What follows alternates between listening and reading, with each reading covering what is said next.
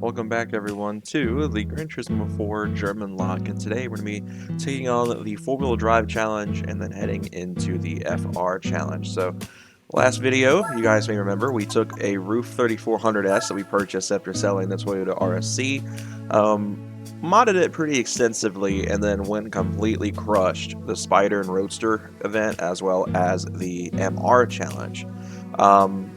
Didn't quite expect it to be as dominant of a car as it was. I pretty much felt like Max Verstappen does in that moment. So with the R32 that you just saw, this is what we built for the 4-wheel drive challenge. I went a little bit more tame on the setup. Didn't go quite balls to the wall. You guys can see I have like 13,000 credits here. I did wind up selling the Esprit one off screen because it's not a German car, and yeah, didn't go quite so crazy with this car. It's got the sport softs on it.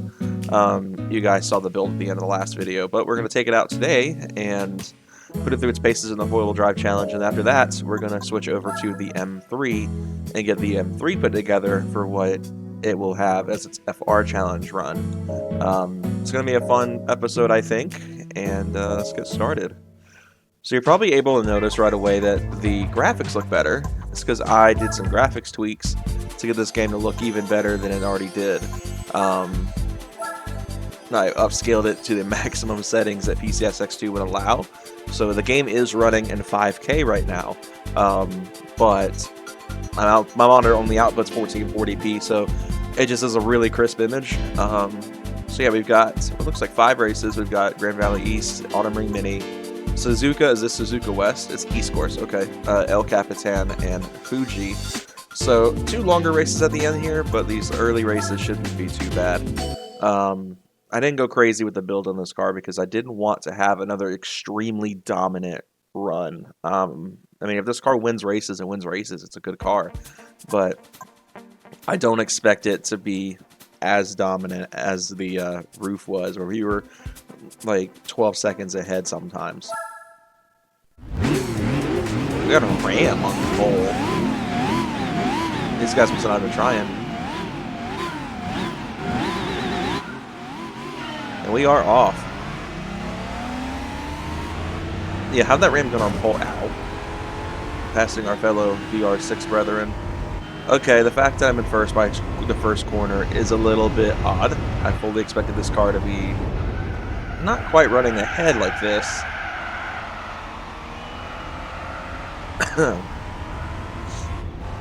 I did actually have the stock exhaust in this car because this all the older Gran Turismo games completely ruin a car's sound when you put exhaust on it. And that's why I'm excited for Gran Turismo 4 Spec 2. It's a mod that I've been kind of keeping up with a little bit for the last like year or so. They've added like interior views, they've added like sound changes, all that kind of stuff. And I want to see how good they do with my baby here. I love the VR6, and every car in this game with the VR6 sounds kind of funny, especially when exhaust on them. I mean, you guys even saw with the Roof. And that's a car that came from the factory, the flat 6 engine, and it sounded like a 4-cylinder with the race exhaust on it. Foreshadowing maybe? Maybe they knew Porsche would do that with the Boxster in the game at some point, but goodness. Alright, coming out of the final corner here. Gonna let it eat in 4th gear. Unfortunately, it looks like I've done it again. I mean, I should build a dominant car. I thought for sure that only spending like 10 grand on parts and only doing a minor upgrades would not make this thing as fast as it is. But alas, I am 7 seconds ahead of 2nd place right now, which is interesting. It's going to be a VR612 in that new Beetle here. But definitely expected more of a challenge. Oh well, it is what it is. Didn't really do a whole lot in this car. That's why I'm like confused on why this car's absolutely crushing everybody. But I know we'll have our work cut out for us in the next one, and the professional events and stuff. Here, a little understeer there. Crazy. I am looking forward to having a car with fully customizable suspension, because then we can kind of play with it a little bit and make it more oversteer happy. I've always been a proponent of understeer-friendly setups, but I've kind of, due to using iRacing and R-Factor and driving cars that are inherently oversteer-heavy, have kind of adapted to the oversteer setup that so many people utilize. So yeah, I mean, I've gotten used to it. Stuff like LMP3s and stuff like that, those are very oversteer happy. That Ram finished dead last. Not surprised. Not surprised at all, but hey, it'd be like that.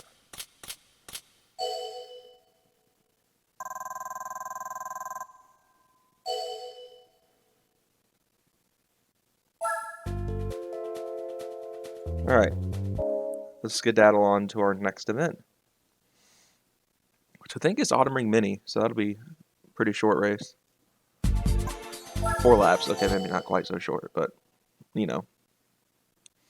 So the unfortunate thing is, I was thinking about it, we're going to have to bend the rules a little bit to handle the K-Cup, the K-Car series, as well as the truck race.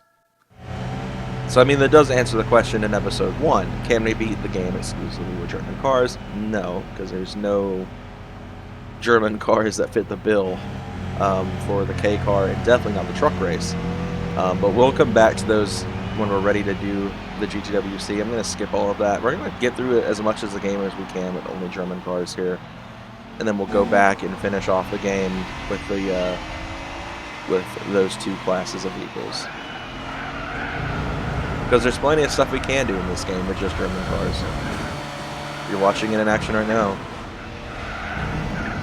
Is that a Quattro on pole? I mean, if the Lupo could beat it, this should make short work of it, but...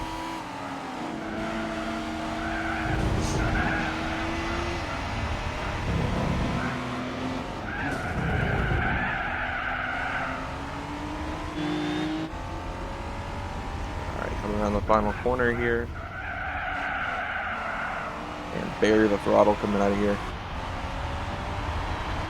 and we are out of here.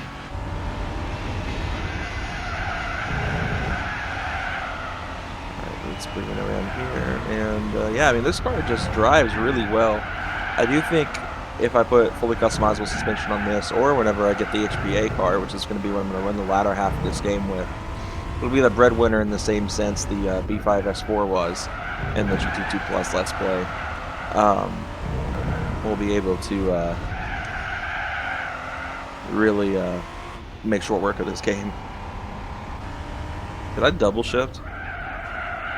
Because that bogged down so hard. I think I double shifted it because I kind of held the button. Alright, entering lap 3. Yeah, I really like this car. I mean, just in general. I mean, it's my, like I've said in the last couple of episodes, it's my dream VW. I mean, this is the pinnacle to me for Volkswagen. So, getting to experience this one in the game is really fun, and being able to utilize it on a Let's Play at that. Bring it around here. A little bit of understeer. Nothing crazy. I feel like I would have a better grasp on this car's handling if I were able to use my wheel versus a gamepad, but it is what it is. Alright, firing around here. Let's make this work here. We got a nice chicane here.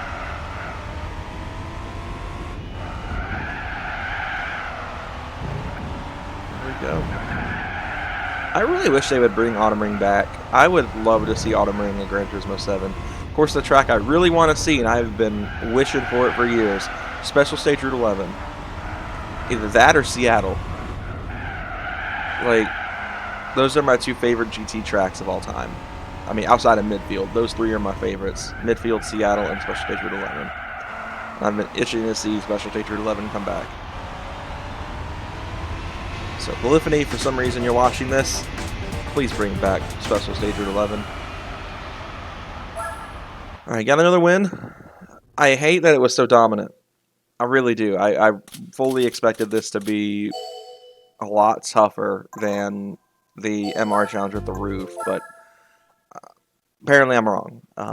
So the E46, I'm not going to really put any money into the engine. I'm just going to throw on some suspension bits and maybe tires, because I want to make sure that I'm not spending this entire series just completely dominating the competition. I do want to have some level of challenge. I mean, obviously, the Lupo in itself is a challenge. The amount of races I lost in the Lupo, but at the same time, you know, gotta have some challenge. It's kind of boring for you guys just to watch me over and over win races. So I would love to have a little bit of challenge, so that keeps me on my toes a little bit. It makes me actually try. Because really right now, the only thing I'm trying for is just clean racing.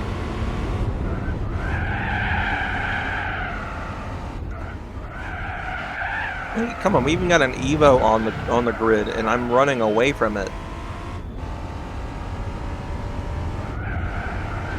I guess a lot of the cars at this point in the game are fairly stock. Or maybe in the special condition events they aren't. Because you guys saw we made short work of that Quattro in the last round. And I don't think I'm going to be quite so lucky the majority of this series. Like, I don't know. Maybe the majority of the actual beginner events, the cars are stock. I'm sure once we get into the, like, professional events, it'll crank up a little bit. It'll be a little bit harder. Cars will be faster. So that'll be when we really need to focus on modifications. But man, right now I feel like I am just I'm Max Verstappening this right now. 6-second gap before the end of lap 1. I'm screwing off into oblivion at this point and just letting them do their thing back there.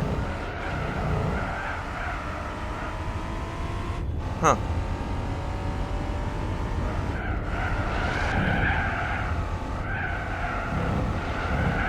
This car is handling these corners way better than the Lupo did, but I mean, we're comparing a front-wheel drive Econo box to an all-wheel drive actual proper sports car.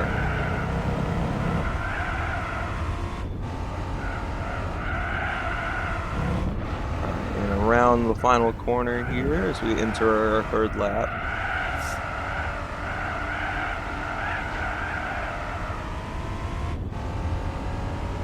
I like this car a lot. Especially with like the graphics tweaks and stuff, it's a good looking model. Maybe tweak the graphics up for a PS2 game at least.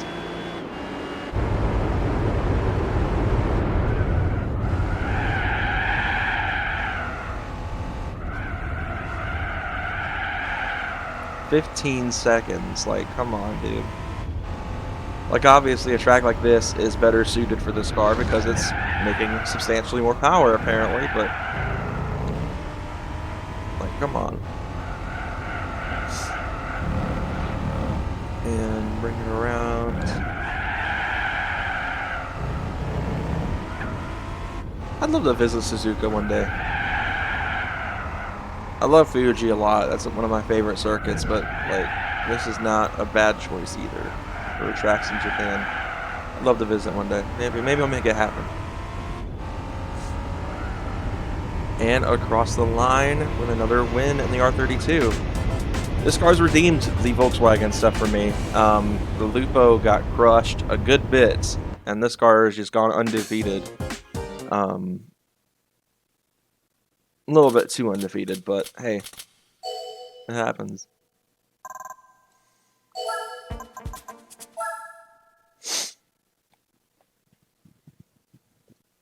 Let's see, we should only have 2 races left. We got El Capitan and Fuji. So 2 longer races now. These are 2 bigger tracks.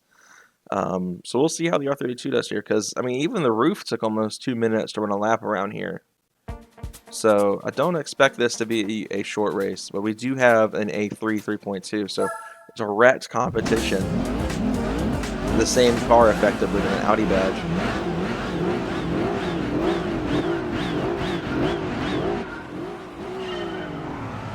Is it a TT3? No, that's a 1.8T. We have an S4 up ahead, though. Bonking the Range Rover up there. And typical blue European racing car fashion. Just running ahead before even get to turn 1. A lot of people were probably surprised I'm actually upset about being dominant, because I always enjoyed that in the GT2 Plus stuff, being able to just crush everybody with ease. Granted, I was more excited about doing that in the S4 versus, you know, comparable stuff at the time. Whereas in this, I'm racing cars that are pretty much the same. I mean, the S4 is supposed to be faster than this car. And I've only done a couple of upgrades to it. I should not be this fast.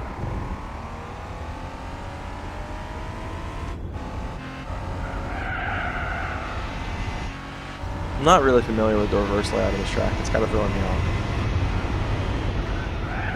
Oh, yep. That got me there. Not even gonna lie. Got me good there.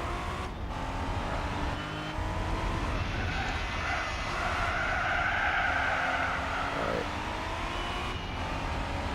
One thing I've noticed, it's hard for me to handle the steering on a controller because I have a really hard time gradually hitting apexes and stuff on a controller because, you know, I just go full lock with the stick. Versus, you know, with a wheel, you have a lot more range of motion.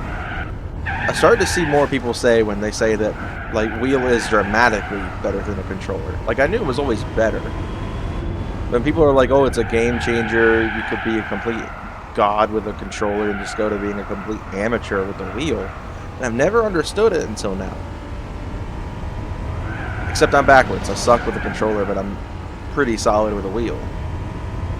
Am I, like, top level driver? Absolutely not. But, you know, I like to think that, you know, I'm fairly decent with a wheel.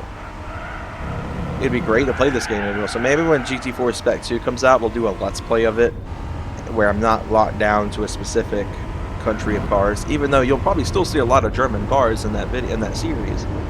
But I'll see if I can figure out how to get the wheel hooked up to PCSX2, so we can do proper sim racing experience on Gran Turismo 4. Because I feel like the physics of GT4 have aged well. I think this was the first GT game and they really got the physics pretty solid. I mean, are they realistic at the end of the day? No.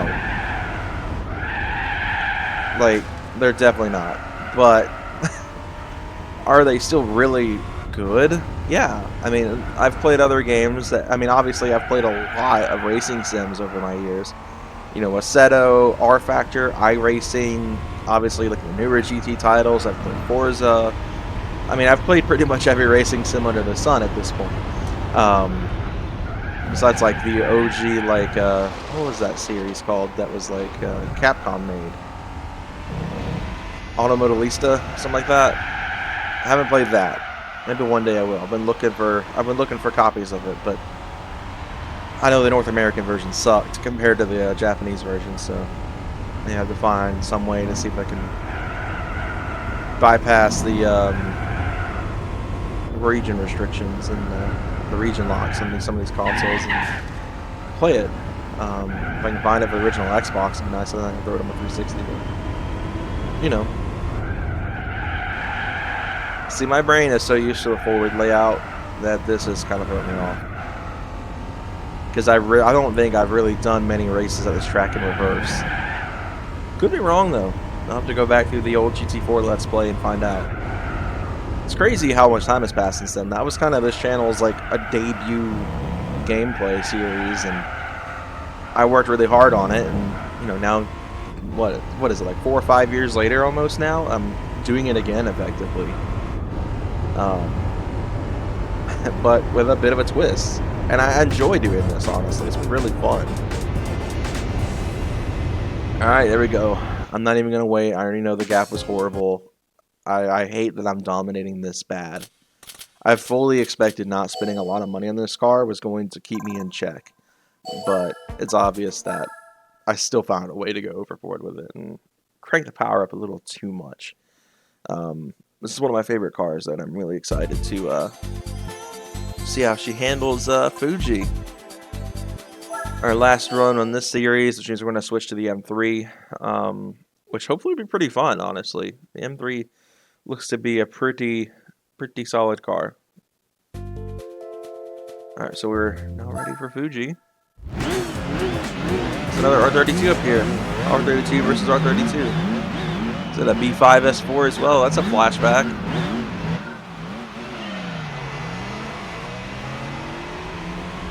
Well, the S4's giving us a run here. 3 wide there. Wow, the B5 is in last. Even mine wasn't that slow in GT2. So we're running the 90s layout again. Which I feel like they do this because technically it is significantly faster a lap to do the 90s layout versus the modern layout. I think maybe this is why I like the 90s layout more, is because I got a lot of experience on it in these older games. Except, I don't know, GT5. I mean, I played GT5 before I played GT4, so I mean, theoretically, I can't remember if Fuji's in that game. I miss GT5. I got RPCS3 working now, so maybe after this we'll do a GT5 playthrough. Because I have not played that game since GT6 came out, like properly done a playthrough of it. I've maybe like goofed around in it for a minute, but I have yet to do an actual playthrough of GT5 again. So maybe it's time. See if we can get our PCS3 working again and do that for a series for you guys as well. Definitely have to find a controller with analog triggers, because these digital triggers just ain't it for those more modern games. I have like 3 Xbox controllers lying around. It's just I don't use them for anything. One of them is busted because Rocket League made me too mad, and the other one I keep kind of in good shape, and it hangs out on my Xbox One that I don't play anymore. So maybe I should bring that one here. And then I have a third one that's for use with my Steam Deck. Because I've just learned that with PC gaming, the Xbox controller is just the best setup controller. I have had no problems with my Xbox controllers, but my PS controllers, not the best. The 8-bit is doing fine so far. I mean, I've had a couple of random disconnects, but which is odd considering I'm running it wired. Part of the reason I got the PS5 controller for this was to use the controller wirelessly, but I'm also learning I do not mind wired. It's almost faster in a way. So, you know, less input lag. If I just get a long enough wire, it's not a big deal.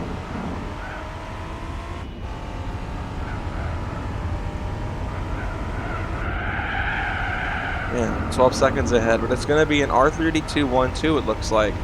So that's pretty neat. Love to see that. 2 R32s on the top 2 steps of the podium there. Now, if only that B5 S4 could catch up, we'd have a VW Group 1, 2, 3. A complete podium lockout of VW Group cars. Highly doubtful after I watched it just fall last as soon as the race started.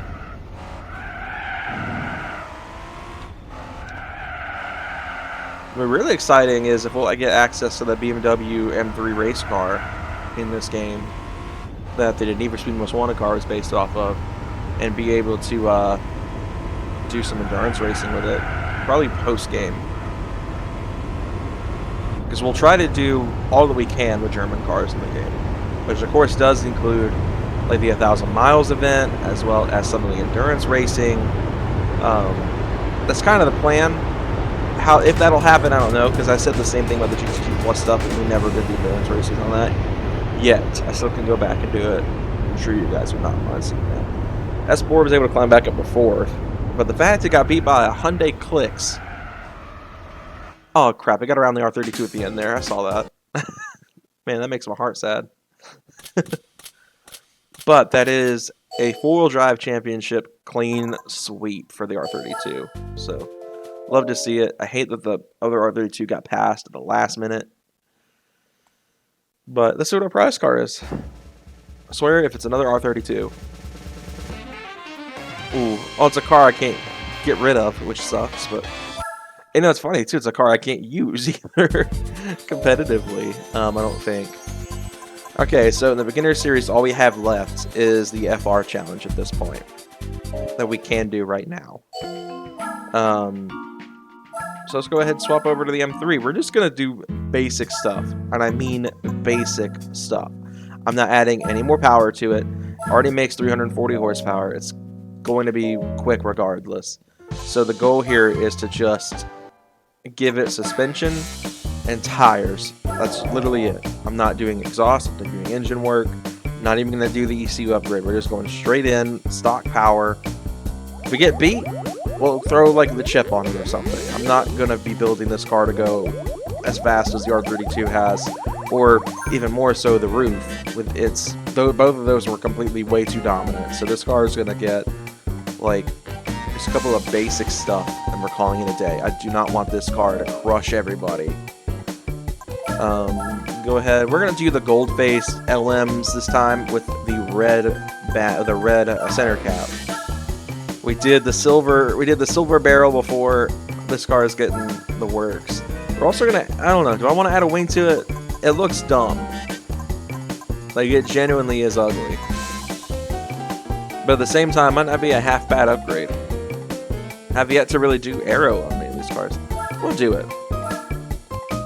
It looks ugly now, but hey, I mean, some added aero would never hurt. And the goal for this is just kind of basic stuff. We're not adding a ton of power, so if anything, we're making it slower. Because of all the extra drag. I hate that they didn't do an M thing here. This would have been a good spot for like an M logo of some sort. We'll do the semi-racing suspension upgrade. And then we'll do sports soft tires. Because I don't think we can go any further than that.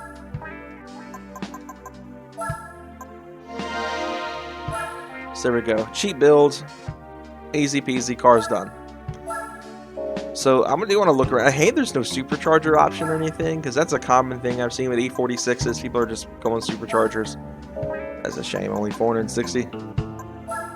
So yeah, not even gonna do any of this stuff. We're going straight in with just suspension and tires, and we're gonna see what this thing can do. See if it can take dubs, and hopefully not be as dominant as the R32 was.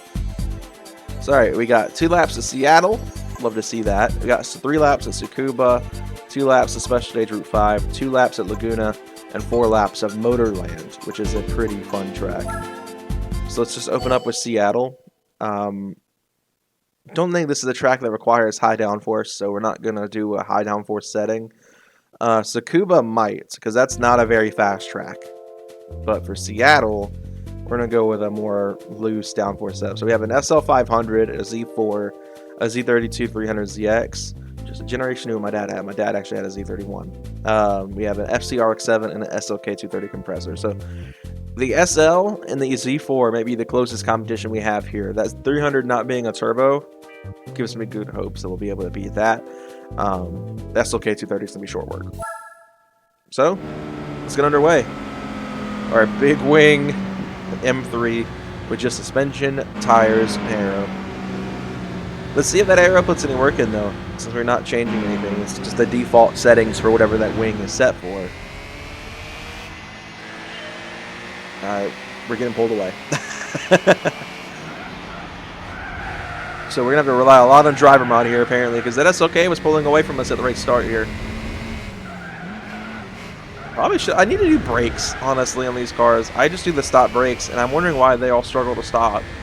I mean, like, the roof and this have not been bad, but the Lupo was atrocious at times. I really had to jam them things to get that car to really slow down.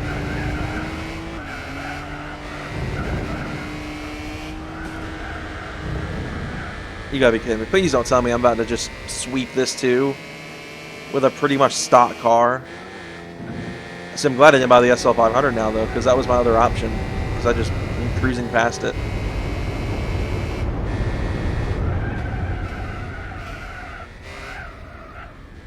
I thought the wing would slow this thing down, too. Like, I mean, in the corners, obviously not, but anything will be faster in the corners.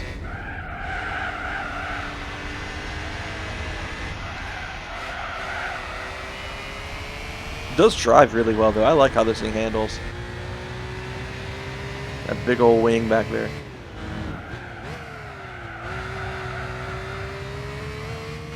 This track's a lot more fun in the reverse layout because this right here isn't so jarring. But you also get air now instead of just scraping the floor.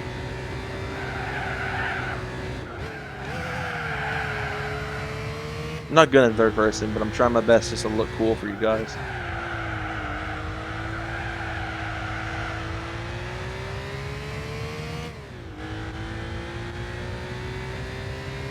Honestly, though, the wing's growing on me a little bit. It looked worse, like in the side view. But not too bad here.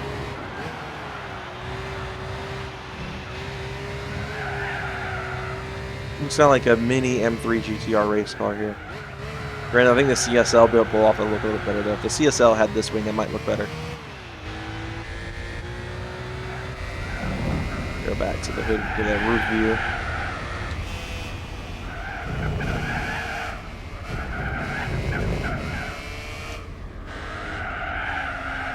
Kind of disappointed. I thought for sure this would be a lot closer competition. I'm 10 seconds. It's a stock car with suspension and tires and a honking wink on the back of it. That is nuts.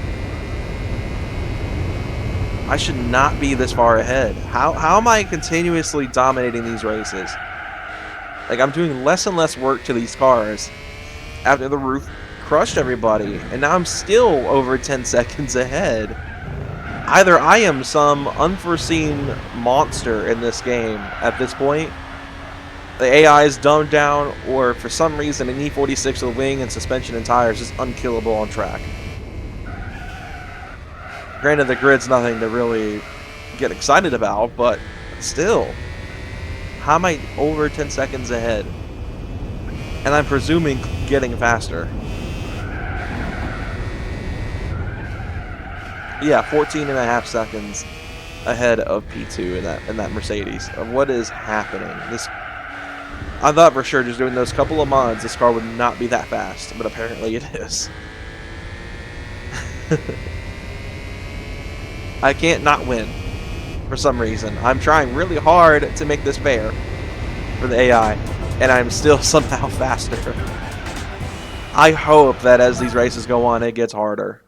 I hope we have not exactly the same circumstances, but another Hong Kong event, like where I'm gonna be kind of challenged more, or just a Lupo experience where this car gets, it gets a bit of an opponent.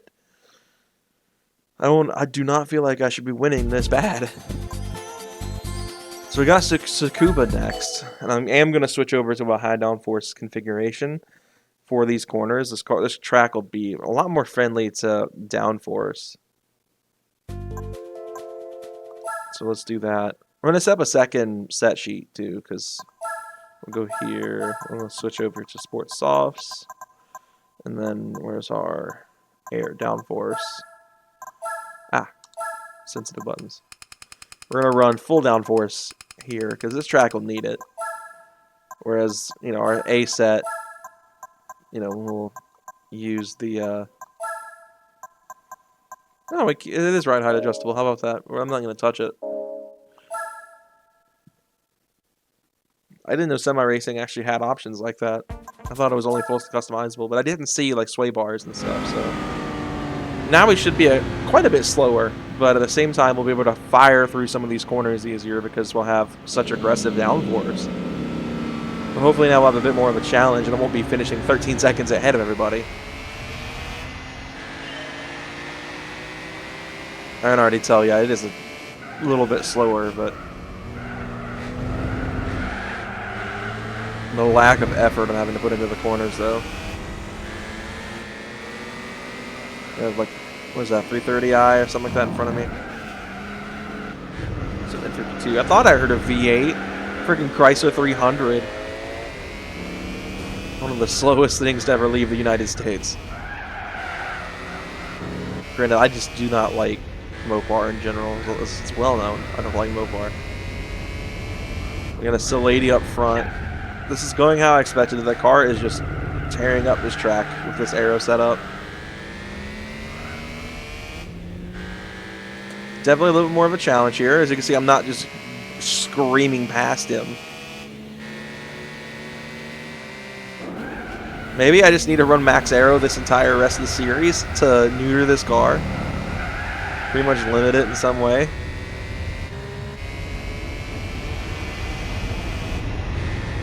It's the tightest gap we've had since I jumped out of the Lupo.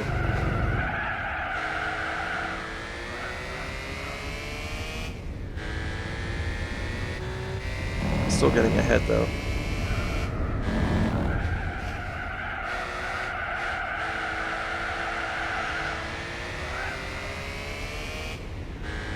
Okay.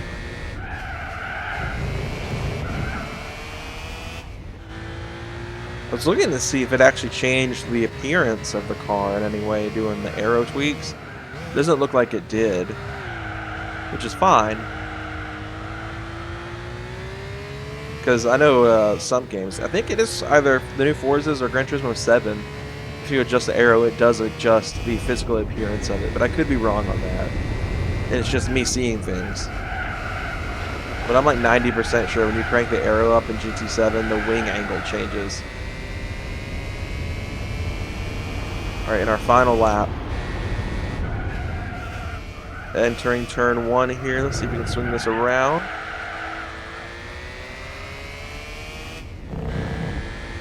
So I think what I saw 6 seconds ahead. So I mean the car's still dominant. The question is, will the arrow settings make it less of a crushing blow for the AI here? 7 seconds there. So I am getting faster and faster against these guys. As we enter the final corner complex here. Or the final corner, I should say.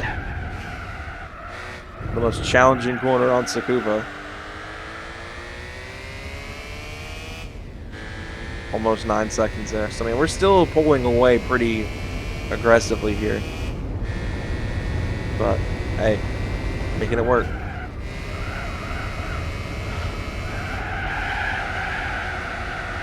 And we are across the line. Not a bad finish for the M3 there. Not quite how I expected that to go. After that first lap, I mean, I was having a hard time getting around that Silady for a second there, and the fact that I did is kind of surprising. The fact that Chrysler 300 finished on the podium, those guys need some driver mod. Those things are not cornering cars whatsoever. That's a straight line. I mean, not really that either, but you know, it's not bad. But that track was like the 330i and the 300ZX is like dream there. So yeah, special stage Route 5 now. We have an M Coupe out, so we're gonna have another BMW to fight, but that is of course a Z3. So the little shoe car. All right. So this goes. I think this is one of our first night races since the Clubman run, the Clubman Route 5 race. So obviously the track's extremely well lit, but I don't know, I always loved the aesthetics of the old special stage tracks, 5 and 11 in the PS2 era. There's just something about how they did it. They just look really cool. Something we don't get in the modern GT titles anymore.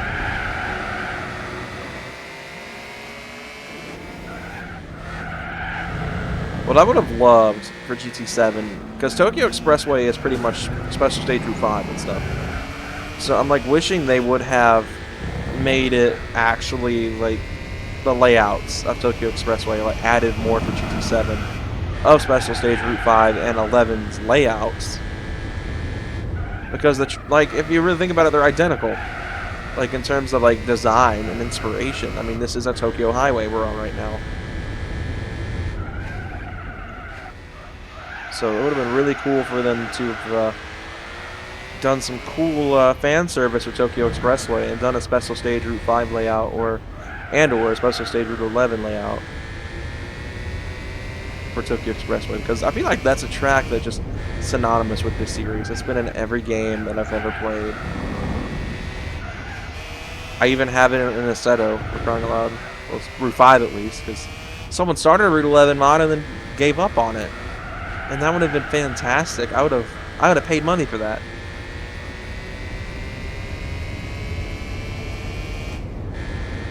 Alright, we're back on the straight. Firing through here on the straight. I've got the full aero setup still turned on. I did not switch back to the original setup with less aero, so we are a bit slower. But it's obvious we're still pulling away. And on this track may be fine with it, because I mean it's a tailing kicked out. Guess note to self, don't turn when you're under brakes, when you're on the brakes there. But this car is like a handling machine. Like, it handles somehow better than the all-wheel drive stuff I've driven so far, which is just for the R32, but I mean, aside from the licenses and stuff, which thank goodness I'm done with those for a minute. Don't think I could handle doing another one-lap guided lap test. Those drive me crazy.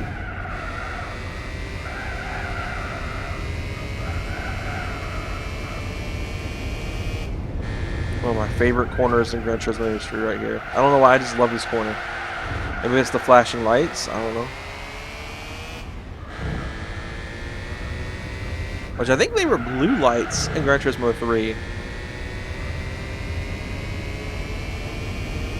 No, normally I think the layout's any different, like the track is any different from GT3, except maybe like some like slight modernization touches. Well, the track looks like it did in 3. For the most part, maybe it's a little bit earlier in the day.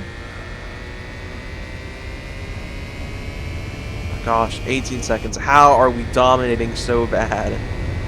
I didn't touch this car very much. I didn't even do weight reduction. If anything, I added weight. I don't think it accounts for that, but like, goodness gracious. How am I dominating this bad? It makes no sense. It's almost bothering me. I mean, it is bothering me. I shouldn't say it's almost bothering me. It is very much bothering me that I am dominating the FR challenge with a pretty mostly stock M3. And like, these other cars aren't slouches. Like, they're actually pretty, outside of the 300, most of these cars are pretty solid. So why am I winning so bad? I don't get it. I really don't get it.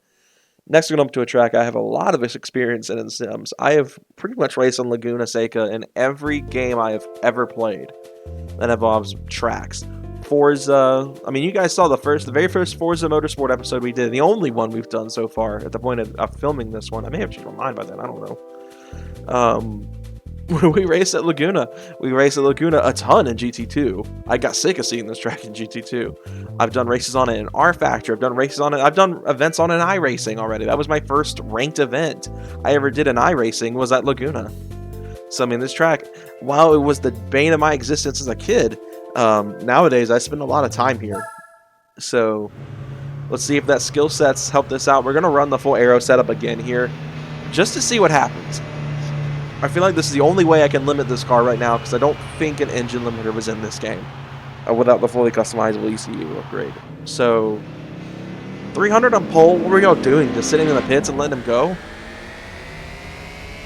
The 300's a boat. It is not a car meant for track racing. How is it on pole position? Other than it wouldn't let me qualify, I would have taken pole pretty easily over 300. That Skyline, if it was a GTST, would probably be towards the top. Hot take. I like the R32 sedan, the Skyline sedan. I've to specify because I've talked about the Volkswagen R32 a lot, but the Skyline R32 sedan, I really like it. Please tell me at least someone will pass that 300 other than me. I actually do want to dominate this one just because I want to beat the 300.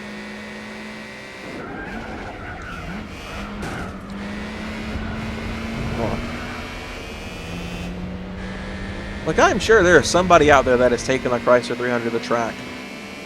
Probably for 24 hours of lemons, but, I mean, this is not a car that is a handling car.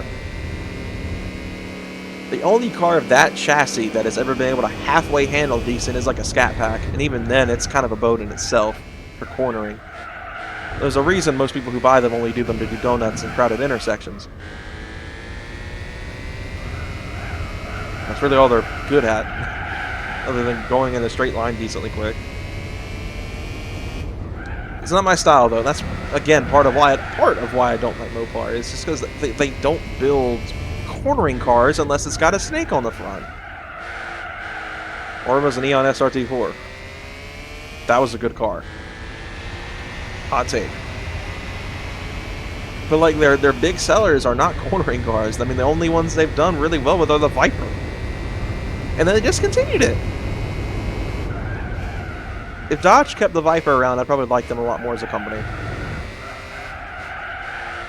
Oh no. Fuel economy. Yeah, I mean, it makes sense when that 8.3 liter is not going to get good fuel economy at all. This entire race is just me ranting about Mopar. I probably should change the subject, because y'all, it's a Germanlocke. We're not here to talk about Mopar the entire time, even though they were owned by Mercedes at the time of this. Because those old 300s rocked a pretty much an old E-Class chassis all the way up until they were discontinued. I think they're still actually being built in some places. If they're not still being built here. And they're still rocking that ancient chassis from the freaking early 2000s.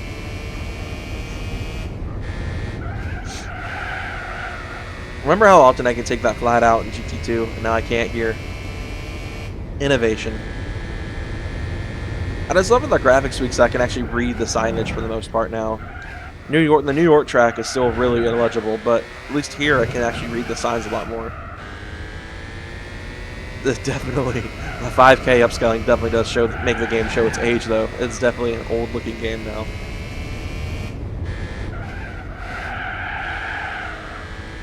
All right, this next corner here, the final corner at Laguna Seca, was the death of me as a kid. I always went off here, but not quite so unlucky here. I swear, if that 300 finished a second, I'm gonna be really upset. I need someone to pass that thing. This should not be that far. This should not be the car in second here. A freaking FCRX7 getting beat by a 300. You've got to be kidding me. That's ridiculous. That would not happen in real life unless you put Michael Schumacher behind the wheel of that thing.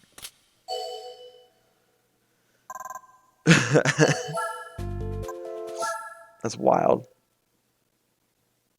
All right, got one more race of this, and we'll wrap this episode up. I know it's been a really lengthy episode for you guys already. Don't really plan on all of these episodes being this long, but that's kind of how the cookie crumbled on this one. Just because I wanted to get the last two championships that we can do in the beginner league out of the way. So we got 4 laps in Motorland to close this out. This should be, I mean, Motorland's a fun track. It looks like a key, but maybe that was the point. Maybe that was the point of its track design, was it looked like a key to a car. Got an S2000 in front of us. I've spent maybe about a whole 15 minutes in an S2000 before.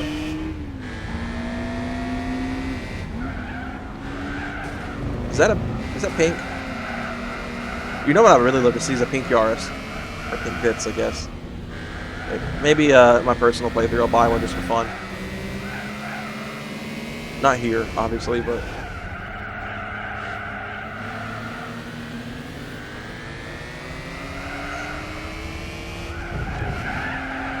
You know what's funny? I've never actually finished Gran Turismo 3. It was my very first GT game, but I never saw the credits in GT mode. So maybe it's time to do a full playthrough of that as well.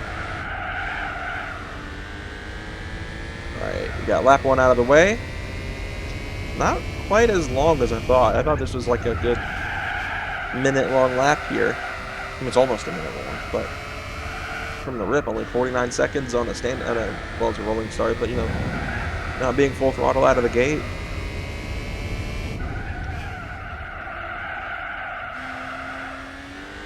Motorland would be a long race for karts.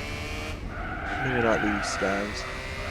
That's what I always thought about these Motorland tracks and stuff, like the driving park courses. Is that like they're much more suited for karts than they are cars, but. It works. For some odd reason, it reminds me a lot of Atlanta Motorsports Park, just backwards. If we're racing the forward layout. The reverse layout reminds me a lot more of A&P. Maybe it's just me, though. I mean, there's a lot of like similarities I'm seeing with A&P here. But like, an A&P, this would be an uphill corner. It wouldn't quite be this long. But it is interesting that it goes from a right-hand corner to a left-hand. Granted, this would be a lot different here. But it's ironic, A&P also ends with a long left-hand sweeper into a quick little S corner and then down to the start-finish straight. So Motorland's like our little A&P, I guess. Except I don't think A&P was built when this game came out. So maybe A&P took inspiration from this. A&P is also a little bit longer than this.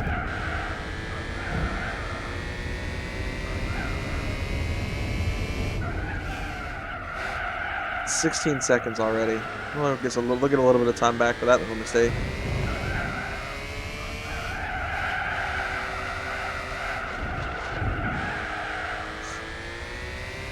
Alright. We got the last like long left-hand sweeper, and we will be out of here. We'll be done with the beginner league, actually. And there we are, across the line in the M3. And that is the beginner league finished.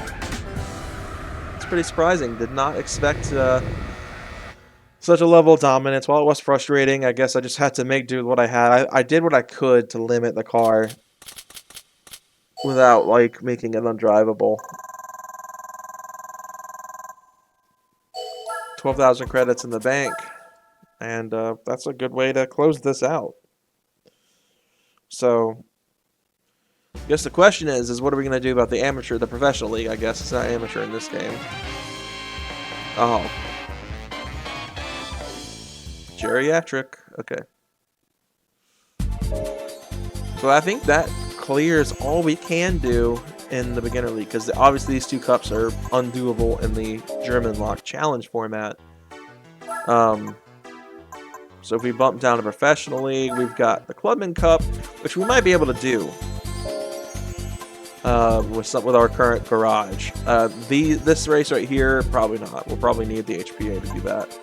Turbo Sports. Do I have any turbo cars outside the Lupo? Obviously, I don't think I do. I think my R32's NA, the roof's NA, and the M3's NA. So we can't do the Turbo Sport. Boxer, we can definitely take the roof. I'm not going to touch it any further. Well, the Classics. I'm trying to decide what I want to do for this. We'll need the IB license for it. But this, I mean, this shouldn't be an issue because we can run pretty much the majority of cars that Europe makes in that event. More than likely it'll be like a Lupo GTI or something, or Polo GTI, but I don't think the Golf is big enough, too small for that. But then we have the Monster at the end here. We pretty much should be able, though, to clear everything with European cars in here. The Classic race will be pretty garbo, because we'll probably have to face that Buick Special, but if we can get like a decently quick old German car, we should be able to handle it, like a 2002. Let's see. I think the 2002 Turbo would be a pretty solid option. If we can get a hold of it, that's the issue. It's also too old, or too new. It needs to be up to 1970, which does horribly restrict us now that I'm thinking about it. Could always buy the this 1937 Auto Union V16 Type C Streamline. That would be a pretty solid car for that. I don't know if it's eligible to race in much. Definitely can't do the Quattro. That definitely adds a bit of a challenge, because now I'm going to have to rely on the 300 SL maybe. That might be a solid car for it. And then the Beetle and the Carmen Kia, which are not fast cars by any means. So that Classic challenge will be an uphill battle, but I do want to see if the one I want to see, I guess while we're here. Okay, so the R32 is too big. What about the Mark V GTI? Too big. Or I definitely can't do it. But the RSI, just a touch too big for the compact championship. So the Polo GTI, it's perfect. So more than likely for our compact race, we'll do the Polo GTI because it looks like it'll be our best option. It's probably still too, yeah, it's closer to what we need to be than the RSI, but I could just dominate with that thing. For supercars, I mean, honestly, our lineup is a little bit thinner, but we've got like the SLR McLaren, we've got the M5, you've got, if you consider the M5 a supercar, I don't, but it's the closest, one of our closest options. We have the RS6, we have the CTR2 and stuff. Outside of that, I mean, I don't know what else we can do for that one. But for now, guys, I'm going to wrap this up. Thank you all for watching. I will see you guys next time. Have a great day.